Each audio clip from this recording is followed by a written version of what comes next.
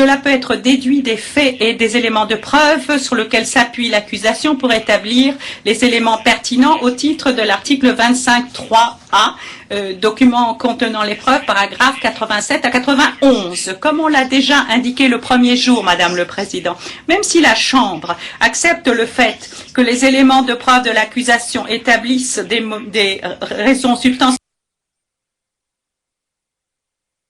de croire que M. Gbagbo a commis les crimes en tant que coauteur indirect, l'accusation néanmoins invite la Chambre à émettre des conclusions au titre de l'article 25.3d petit i ainsi que 25.3d 2 petit i. Et ceci pour présenter une qualification juridique autre à la Chambre de première instance et pour restreindre la nécessité d'avoir recours à la norme 55.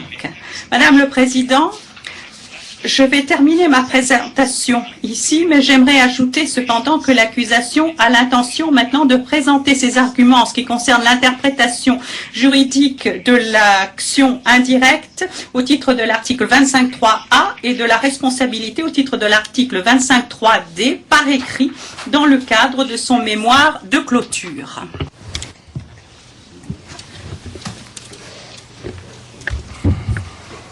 Avant que vous finissiez, nous avons une question de Judge Cole.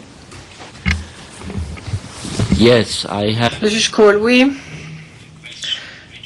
J'ai une question pour l'accusation, bien sûr. Vous avez expliqué tout d'abord, en détail, le mode de responsabilité pénale en application de l'article 25.3a. Et ensuite, vous nous avez parlé, vous avez dit que d'après l'accusation, l'article 25.3d pourrait aussi être mis en œuvre. Bien. Je pense qu'il incombe à l'accusation d'étudier en détail toutes les qualifications juridiques éventuelles en matière de responsabilité pénale. Je serais très intéressé de savoir exactement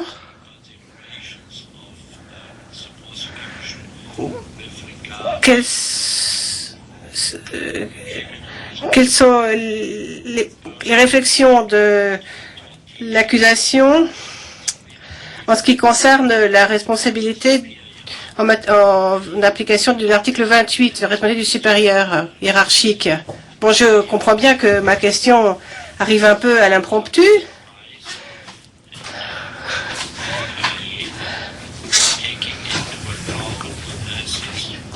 Cela dit, je suis parfaitement prêt à accepter que l'accusation nous demande un peu de temps, de réflexion, avant de nous répondre. Réflexion collégiale, bien sûr, de la part de l'accusation. Mais il serait bon, sans doute, d'obtenir une bonne réponse, bien étoffée. Bien sûr, dans la mesure où, bien sûr, si l'accusation considère qu'elle est capable de répondre maintenant, tout de suite, de manière détaillée et étoffée, je serais ravi de l'entendre. En ce qui me concerne, en tout cas. That's my question. Voilà ma question. Thank you much. Je vous remercie de cette question. Dit M. Goldmetzer. Bien avant cette audience, bien sûr, nous avons entretenu de cela au niveau de l'équipe et je peux vous répondre tout de suite. Le premier jour, La Chambre, dans sa décision sur le mandat d'arrêt, avait indiqué que le mode de responsabilité en l'espèce pouvait éventuellement être requalifié par la suite. C'est pour cela que nous avons saisi cette occasion pour vraiment étudier tous les modes de responsabilité que l'on trouve à l'article 25 et l'article 28 pour voir lequel serait le plus applicable en l'espèce. Et notre conclusion est la suivante. Au vu des éléments de preuve et des faits, donc que je vous ai présentés cet après-midi, nous pensons que tous les modes de responsabilité, mis à part la commission directe au titre du 25.3a, est satisfait.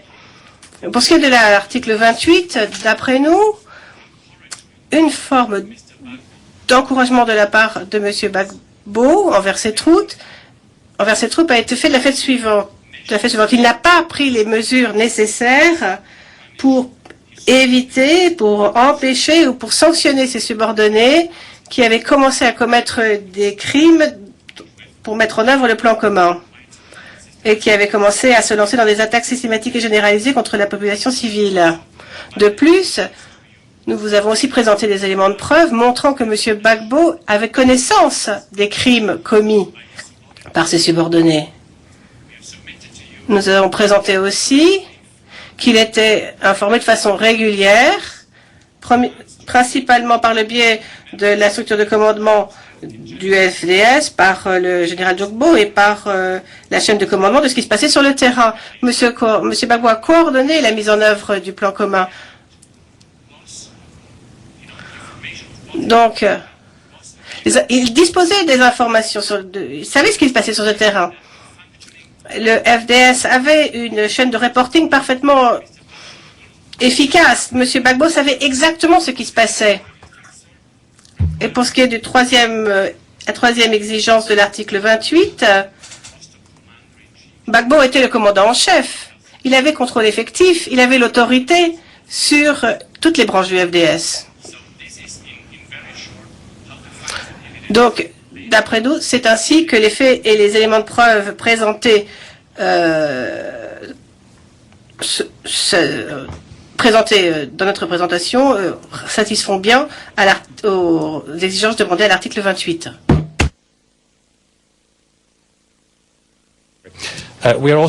De plus, bien sûr, nous pouvons bien sûr vous répondre aussi par écrit dans le cadre de nos arguments en clôture.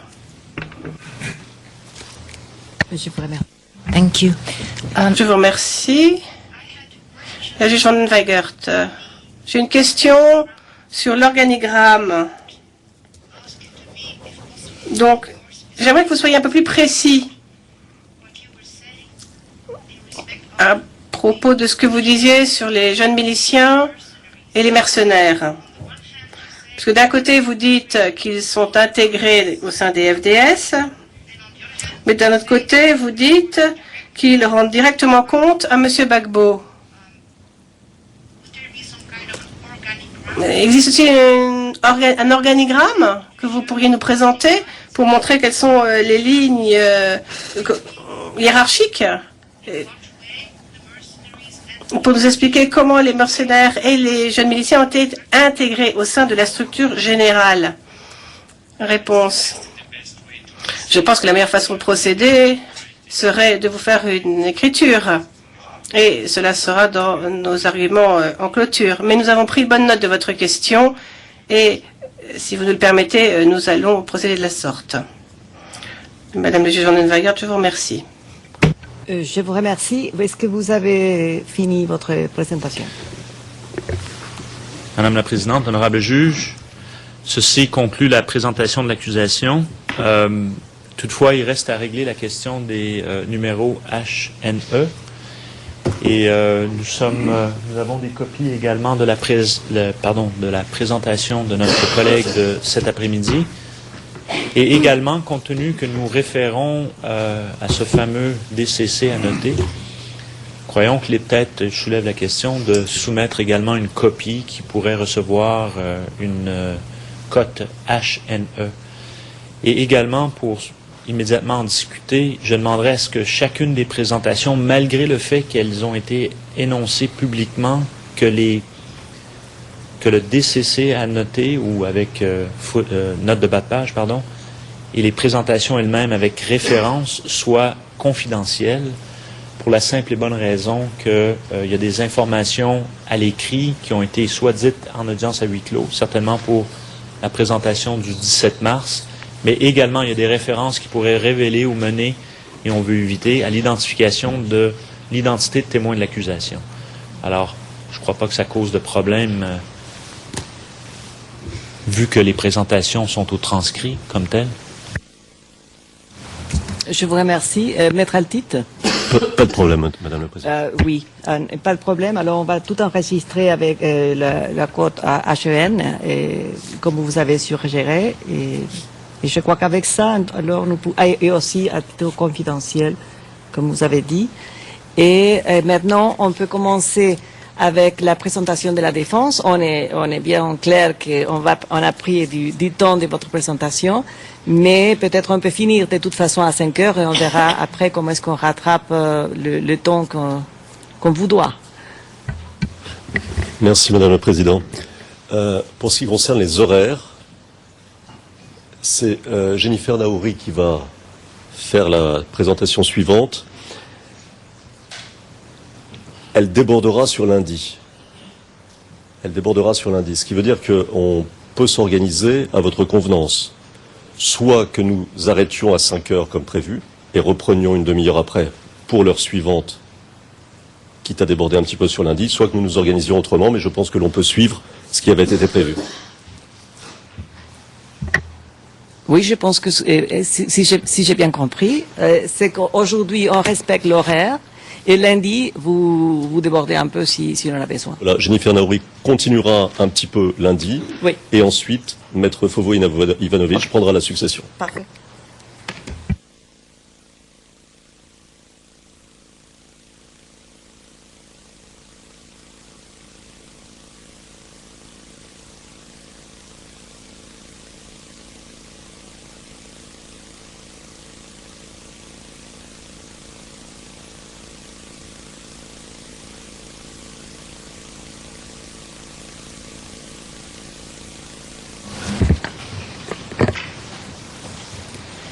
Madame le Président, Madame, Monsieur les juges, avant de commencer, je voudrais demander au greffier d'audience s'il pouvait donner accès à notre case manager, puisque notre présentation sera soutenue par un PowerPoint tout au long de la présentation.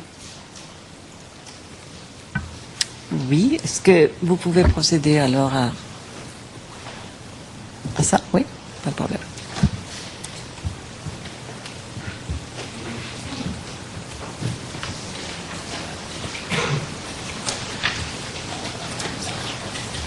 Je vous remercie.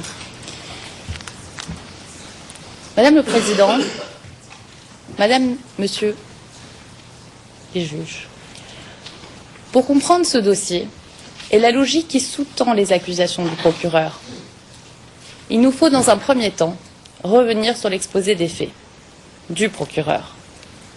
Au paragraphe 3 de son document contenant les charges, auquel nous nous référons ici, si vous le permettez, par l'abréviation DCC, le procureur expose les faits de manière parcellaire, omettant des faits et des événements essentiels à la compréhension de cette affaire.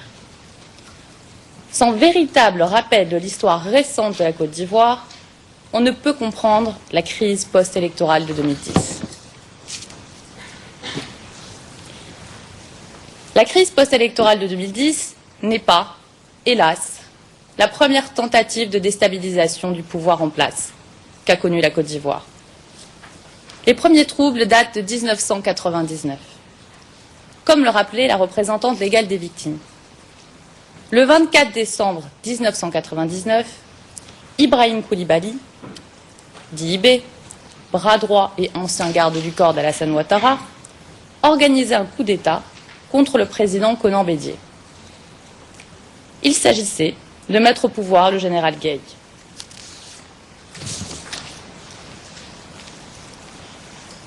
Le coup réussit, mais le général Gueye se retourna contre ses créateurs, qui s'enfuirent d'où ils venaient au Burkina. En septembre 2002, les mêmes séditieux, réarmés, réorganisés, pénétraient à nouveau la Côte d'Ivoire et tentaient de renverser le général Gueye. C'est le coup d'État, dit du cheval blanc. Cette fois-ci, le coup échoué. Débarrassé de la présence menaçante des rebelles, le général Gueye organisait en octobre 2000 des élections démocratiques que remportait le président Gbagbo le 26 octobre 2000. La tâche du président Gbagbo était lourde. Panser les plaies résultant des combats, redresser le pays épuisé par la gabegie et les désintérêts de ses gouvernants successifs. Le président y avait autant plus de mérite que ceux qui voulaient faire main basse sur la Côte d'Ivoire ne désarmaient pas. Les éternels séditieux, dirigés par IB, recrutés, formés, équipés et armés au Burkina Faso, des soldats qui devaient lui permettre de prendre le pouvoir. Il le faisait pour le compte d'un homme, Alassane Ouattara. Zakaria Koné, chef rebelle, ne s'en cachait pas. Lors d'un meeting enregistré en vidéo, il expliquait que si vous supportez le MPCI, le mouvement patriotique de Côte d'Ivoire, ne le faites pas pour Zakaria, ni pour IB, ni pour quelqu'un d'autre, sinon pour celui qui a acheté nos armes, c'est-à-dire Alassane Dramane Ouattara. Et il ajoutait que lorsque les rebelles étaient en exil, Alassane Ouattara s'occupait d'eux et que pour ce faire, il leur apportait la somme de 25 millions de francs CFA chaque mois. Ce ne sont pas mes propos, ce sont ceux de Koné Zakaria. Nous allons vous montrer une vidéo.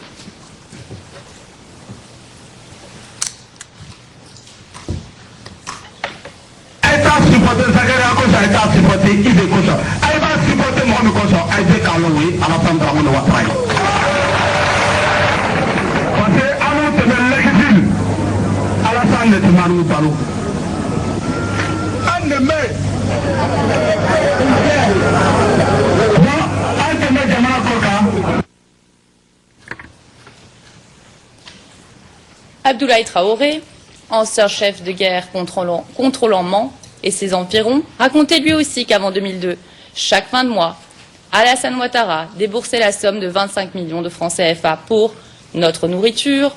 Il nous a armés. Ce sont les armes qui ont fait qu'il est devenu un candidat exceptionnel. Le premier coup d'État contre le président Gbagbo ne se faisait pas attendre. En janvier 2001, les troupes rebelles envahissaient le nord du pays et progressaient vers Abidjan. Les forces régulières, ayant réagi à cette nouvelle tentative de coup d'État des rebelles contre le pouvoir en place, coup d'État connu sous le nom de la Mercedes noire, en référence à la voiture d'IB,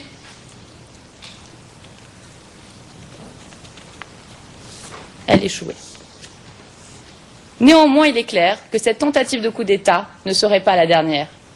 Dès lors, les ennemis du président Gbagbo n'auront de cesse de tenter de délégitimer le président Gbagbo par tous les moyens et d'abord par des campagnes de presse fondées sur des accusations les plus outrancières.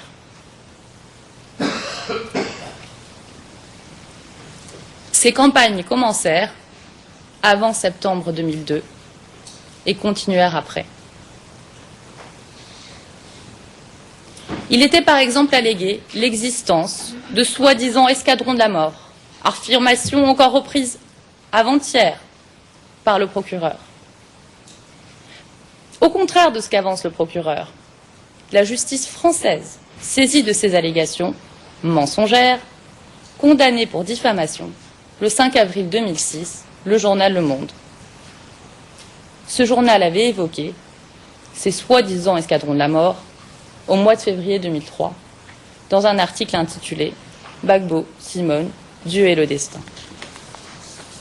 Le 15 juin 2006, la Cour d'appel de Paris, condamnée encore pour diffamation, mais cette fois-ci le journal L'Express, qui avait publié le 26 février 2003 un article intitulé « La Côte d'Ivoire en crise, Simone Gbagbo, femme fatale ».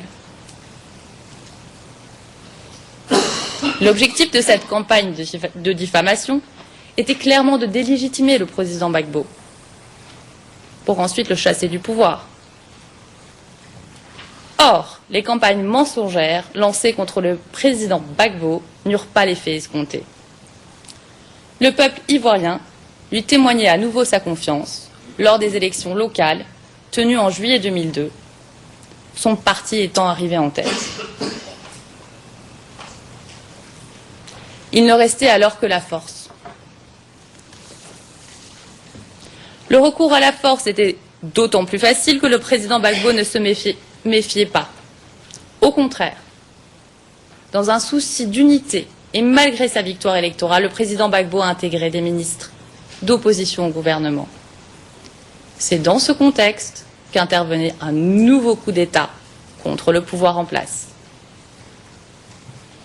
Alors que le président Gbagbo se trouvait en visite d'État en Italie, des troupes nombreuses et bien équipées, composées d'Ivoiriens recrutés dans le Nord, de Burkinabés, de Libériens et d'autres mercenaires, pénétraient en Côte d'Ivoire le 19 septembre 2002.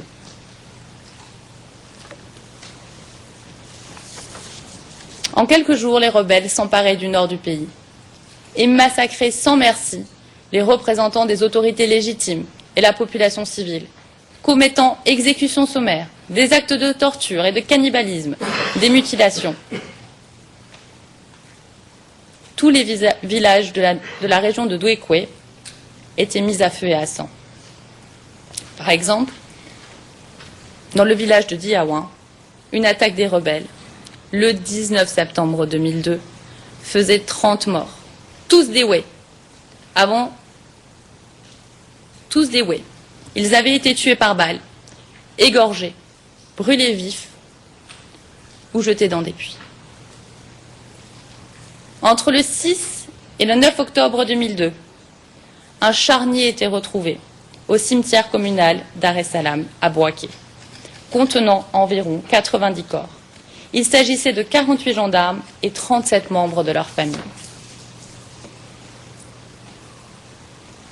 Au début du mois de novembre 2002, après l'attaque contre Bouaké, les rebelles attaquaient le village de Sémien, où ils pillaient et incendiaient les maisons, enlevaient ou brûlaient le cacao et assassinaient encore 35 civils.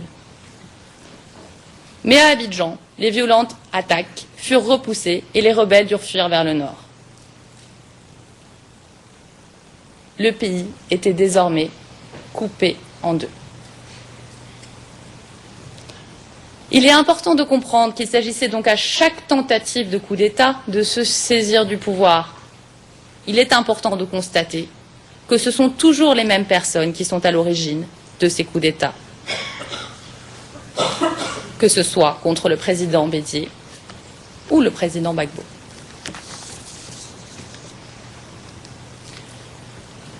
Le procureur se contente de mentionner au paragraphe 3 de son DCC, et je cite, qu'en 2002, un coup d'État a entraîné la fragmentation des forces armées ivoiriennes et s'est terminé par une division de la Côte d'Ivoire en une zone sud tenue par le gouvernement et une zone nord contrôlée par les rebelles.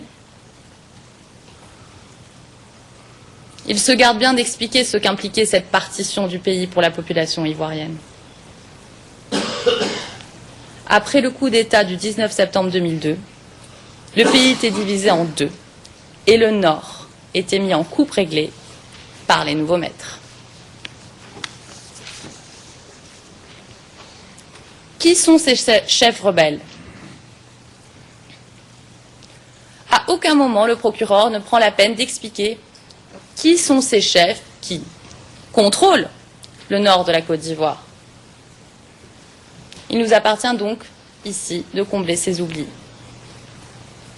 Les forces rebelles du Nord sont dirigées par des chefs de guerre, pour la plupart soupçonnés de crimes de masse par les organisations de défense des droits de l'homme.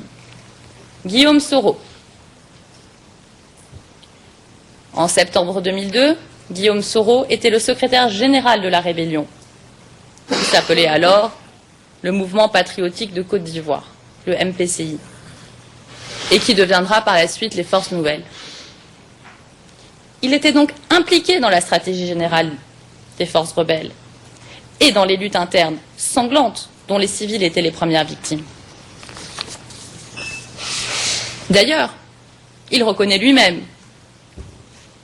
C'est vrai qu'en 2002, il y a eu des tueries, avec une rébellion. Mais on a eu une loi d'amnistie et un accord politique qui a absous les faits. C'est la pièce 44-98 de la Défense. En tant que chef des forces nouvelles, il savait donc que de nombreuses exactions étaient commises dans le nord du pays, qu'il bénéficiait d'un système de raquettes généralisé. Au lendemain des élections de 2010, Alassane Ouattara le nomme Premier ministre et ministre de la Défense. Il a donc sous son commandement les forces républicaines de Côte d'Ivoire, les FRCI, qui vont perpétrer de nombreux massacres, par exemple à Douékoué, dans l'ouest de la Côte d'Ivoire, où les 29 et 30 mars 2011, au moins 800 personnes ont été tuées. Il est aujourd'hui président de l'Assemblée nationale, position grâce à laquelle il jouit de l'immunité parlementaire. Ibrahim Koulibaly, dit Ibé, nous l'avons dit. Ibé était le bras droit et l'ancien garde du corps d'Alassane Ouattara. Ibé était aussi, avec Guillaume Soro, l'un des principaux acteurs du coup d'État du 9 septembre 2002. Or, Guillaume Soro et Ibé se disputaient la tête de la rébellion. La rivalité entre les factions pro-Soro et pro-Ibé fera de nombreux morts. International Crisis Group, dans un rapport du 22 avril 2008, recommandait même au Conseil de sécurité des Nations Unies de prendre des sanctions contre Ibé parce que ce dernier avait tenté de déstabiliser le processus de paix. Lors de la crise post-électorale, Ibé dirigeait le commando invisible, qui s'illustra dans les exactions les plus graves contre les populations civiles en janvier, février et mars 2011. Soumaïla Bakayoko, il était le chef d'état-major des forces armées et des forces nouvelles, les FAFN. Son quartier général était basé à Bouaké, où il contrôlait 10 zones rebelles. Il était donc en charge de l'armée et de l'administration parallèle qui s'était mise en place dans le nord du pays. Les forces nouvelles, sous son commandement, pillaient, racketaient, volaient, tuaient, massacraient, brûlaient. Nous y reviendrons. Alassane Ouattara, le nommé le 7 juillet 2011, chef d'état-major des forces républicaines de Côte d'Ivoire. La plus haute position dans les forces armées de la République de Côte d'Ivoire, poste qu'il occupe depuis lors.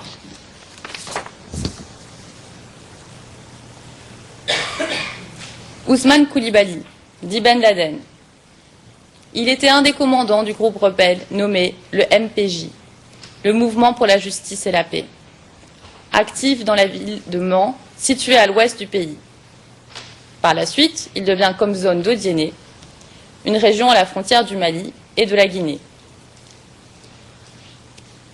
Ousmane Coulibaly et ses hommes sont soupçonnés par les organisations de défense des droits de l'homme, telles que Human Rights Watch, International Crisis Group et Amnesty International, d'avoir commis de graves crimes internationaux à Mans et dans les environs, le 19 septembre 2002. Parmi ces crimes, Ben Laden et ses hommes sont accusés d'avoir pris systématiquement des civils pour cible et avaient, je cite, pris des femmes pour épouses en leur faisant subir des violences sexuelles répétées. Pièce 27-65, page 28-71.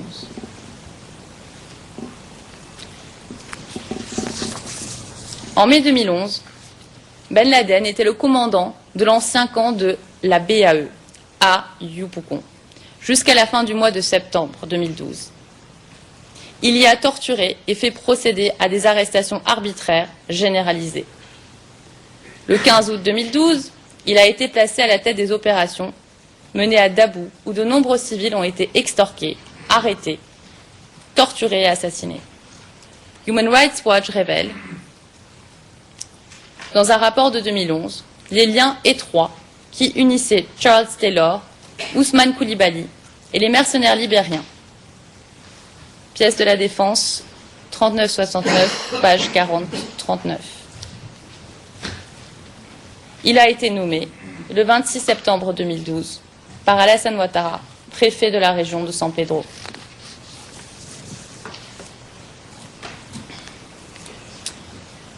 Chérif Ousmane. Chérif Ousmane dit Papa Guépard ou encore le nettoyeur est l'un des comzones les plus proches de Ouattara.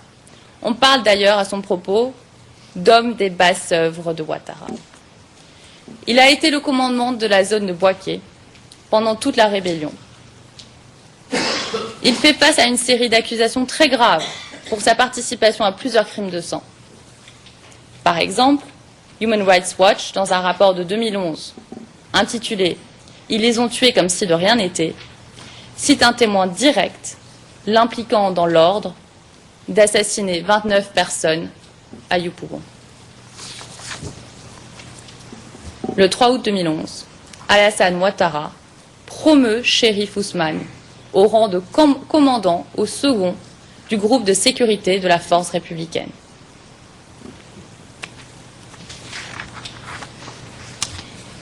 Issakia Ouattara, dit Ouattao. Ouattao était le commando de la zone rebelle 5, qui couvrait les circonscriptions de Séguéla et de Vavois.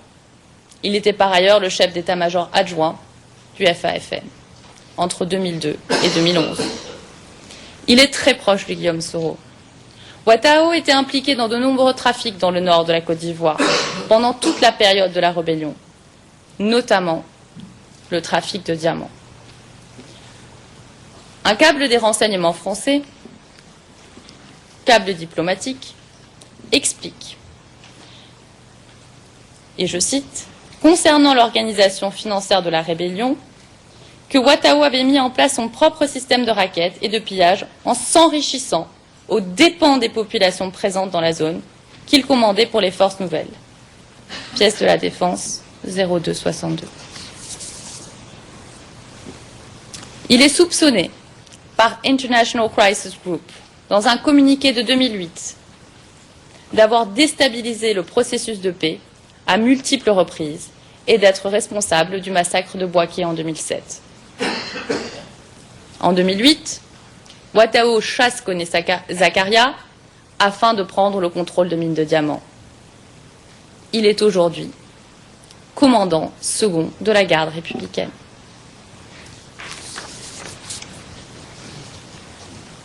Loseni Fofana, dit l'intrépide Los, c'est l'un des hommes forts de la rébellion. Il contrôlait l'ouest montagneux avec ses nombreux trafics. Il a été commandant de secteur des forces Nouvel-Amand.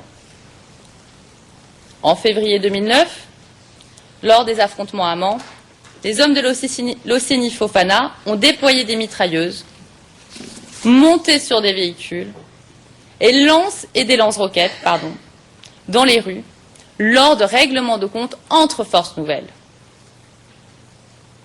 En mars 2011, les mêmes troupes de Loseni Fofana ont pris une part active dans les massacres commis contre les guérés à Douépoué, au cœur de leur progression vers Douépoué. Il a été promu par Alassane Ouattara et est désormais un des responsables des forces spéciales. Un rapport de Human Rights Watch de 2011 explique qu'il est toujours commandant des forces républicaines et qu'il a été nommé vice-commandant d'une force d'élite ivoirienne appelée à suivre une formation en France.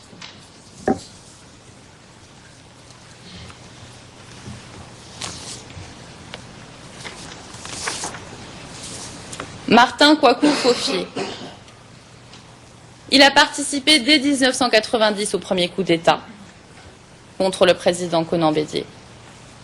Il est considéré comme l'un des piliers de la rébellion, en raison notamment de sa loyauté inébranlable envers Guillaume Soro, le leader des forces nouvelles. Depuis 2002, Fofié dirige la compagnie territoriale Le Korogo, une unité militaire importante qui se livre à de nombreux trafics. Selon les Nations Unies, en 2004, il aurait fait tuer au moins 99 personnes, pour la plupart asphyxiées, après plusieurs jours de détention, dans des conteneurs scellés, sans eau ni nourriture. Ces crimes auraient eu lieu lors d'un conflit entre factions de Guillaume Soro, dont il était l'un des proches, et la faction d'Ibé. Depuis 2006, Martin Kouakou Fofié est sous sanction du Conseil de sécurité des Nations Unies, car, et je cite, « les forces sous son commandement se sont livrées au recrutement d'enfants soldats, à des enlèvements, à l'imposition de travail forcé, à des sévices sexuels sur les femmes, à des arrestations arbitraires et à des exécutions extrajudiciaires, des pratiques contraires aux conventions des droits de l'homme et au droit humanitaire international. » Pièce 34-86, page 35-25 de la Défense. En sa qualité de commandant de zone, basé à Korogo, Fofié s'est personnellement enrichi, en se livrant par exemple à des activités de racket et de corruption. C'est lui qui deviendra le geôlier du président Gbagbo.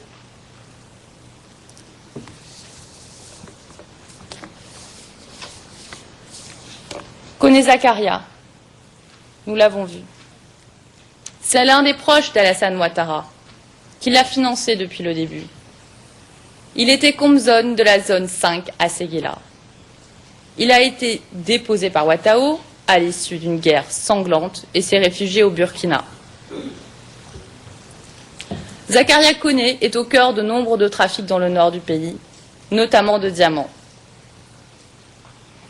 Mais surtout, c'est un initié d'Ozo. Il était à la tête d'une unité de 1500 d'Ozo, appelés les guerriers de la lumière, qui ont combattu avec les forces nouvelles au début de la rébellion armée de 2002. Il a été nommé par Alassane Ouattara commandant de la police militaire. Il est accusé d'avoir fait torturer et tuer de nombreux civils lorsqu'il dirigeait le camp d'Adjamé.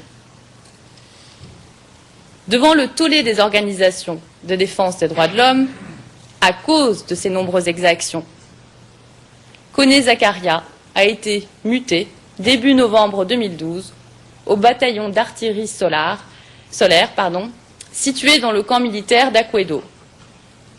Celui-ci conserve toutefois des fonctions importantes puisqu'il est au cœur du dispositif sécuritaire d'Abidjan. Le procureur oublie d'expliquer qui sont ces anciens chefs de guerre, la manière dont ils se partagent le territoire dans le nord-ouest dans le nord et l'ouest de la Côte d'Ivoire, et les souffrances des populations civiles. Les rebelles sont donc les maîtres du nord et de l'ouest de la Côte d'Ivoire. Ils y contrôlent les ressources naturelles et le commerce. Ils pillent, rackettent les populations civiles. Chacun ponctionne les richesses naturelles, contrôle le commerce des matières premières, taxe en toute liberté les marchandises. À la sortie de chaque ville, leurs soldats débraillés rackettent voitures, bus et poids lourds.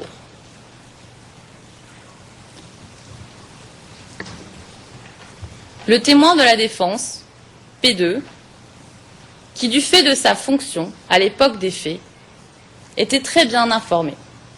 Nous ne pouvons en dire plus en audience publique. Raconte clairement comment les rebelles se livraient systématiquement à des attaques de banditisme et s'en prenaient aux populations civiles afin de les dépouiller. Ayant réduit les populations par la terreur à leur remettre argent et biens, les rebelles désormais plus riches et plus puissants peuvent se livrer à des trafics de cacao, de café, de bois, d'essence, d'or, de diamants, de drogue et d'armes. Ce que confirme le témoin P3 de la défense. Il est d'ailleurs révélateur que le Burkina Faso devienne, à cette même époque, exportateur de cacao, alors qu'il n'en produit pas. Concernant les trafics de diamants, un rapport d'un panel d'experts des Nations Unies, ayant enquêté en Côte d'Ivoire en 2005, nous informe que ce trafic génère des revenus très importants pour les rebelles.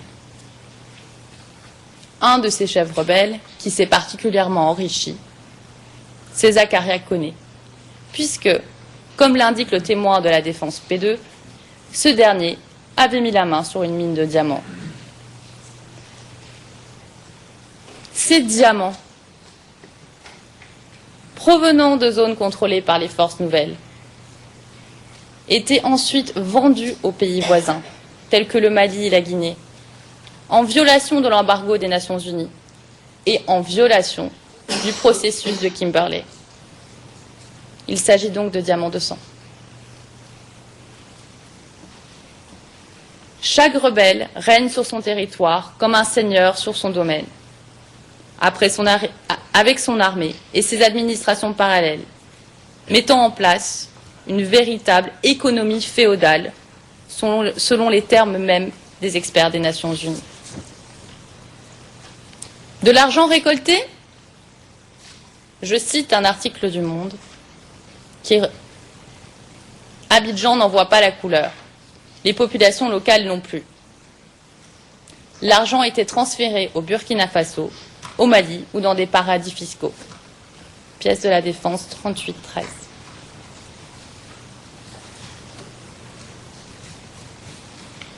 Par ailleurs, les seigneurs du Nord étaient soutenus par des puissances étrangères. Les rebelles étaient armés et entraînés au camp de Pau, au Burkina Faso et au Mali.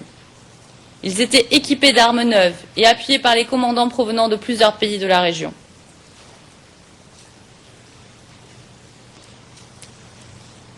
La France, elle, fournissait des armes à la rébellion.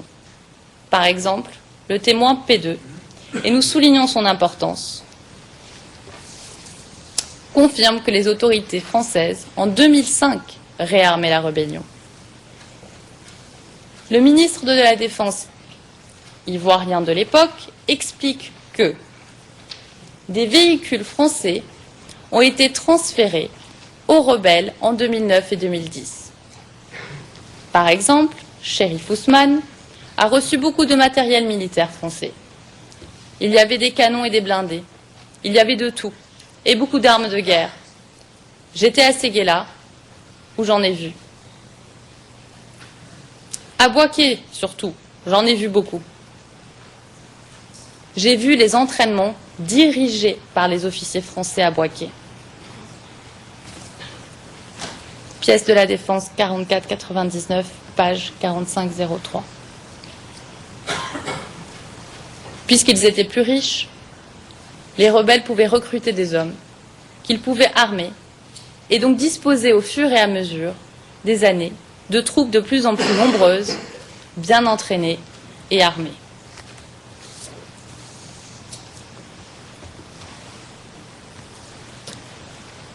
Le mouvement patriotique de Côte d'Ivoire, le MPCI,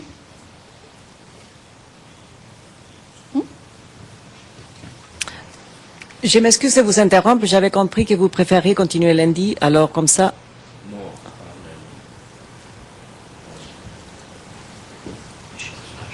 Oui. Non, mais qu'on allait aller jusqu'à 5 heures aujourd'hui. Oui, jusqu'à 5 heures et nous reprenons tout à l'heure. Oui, bien sûr. Voilà. Nous vous reprenons dans une demi-heure. Voilà. Merci. Si vous permettez, et on peut revenir et se poser la question, je comprends la présentation de l'équipe de la défense, mais il va falloir qu'on en arrive en lien avec les accusations ou les charges. Je comprends que l'objectif politique qu'on veut mentionner, j'ai compris les déclarations d'ouverture ou liminaires, sauf que les charges sont assez circonscrites et précises dans un premier temps. Dans un deuxième temps, l'accusation aimerait recevoir une liste des acronymes, des codes témoins, avec le nom des témoins de la part de la défense. Vous pouvez nous l'envoyer par courriel, ou peut-être la Chambre également, pour qu'on fasse le lien entre qui sont P2 et qui sont P3, car nous n'avons pas malheureusement les codes dans e-court. Alors pour ce qui concerne vos demandes, avec grand plaisir, nous vous renverrons tous les éléments nécessaires que vous avez déjà. C'est la première chose. La seconde chose, c'est qu'en écoutant jusqu'à la fin de la démonstration, vous comprendrez probablement où nous voulons en venir. Mais d'ores et déjà, vous avez bien compris qu'il s'agit de saisir les tenants et les aboutissants si l'on veut juger cette affaire, et non pas avoir une vue parcellaire et biaisée. Deuxièmement, le rapport, il est là quand on dit que des chefs soupçonnés de crimes de masse se sont livrés à des massacres à Yopougon au même moment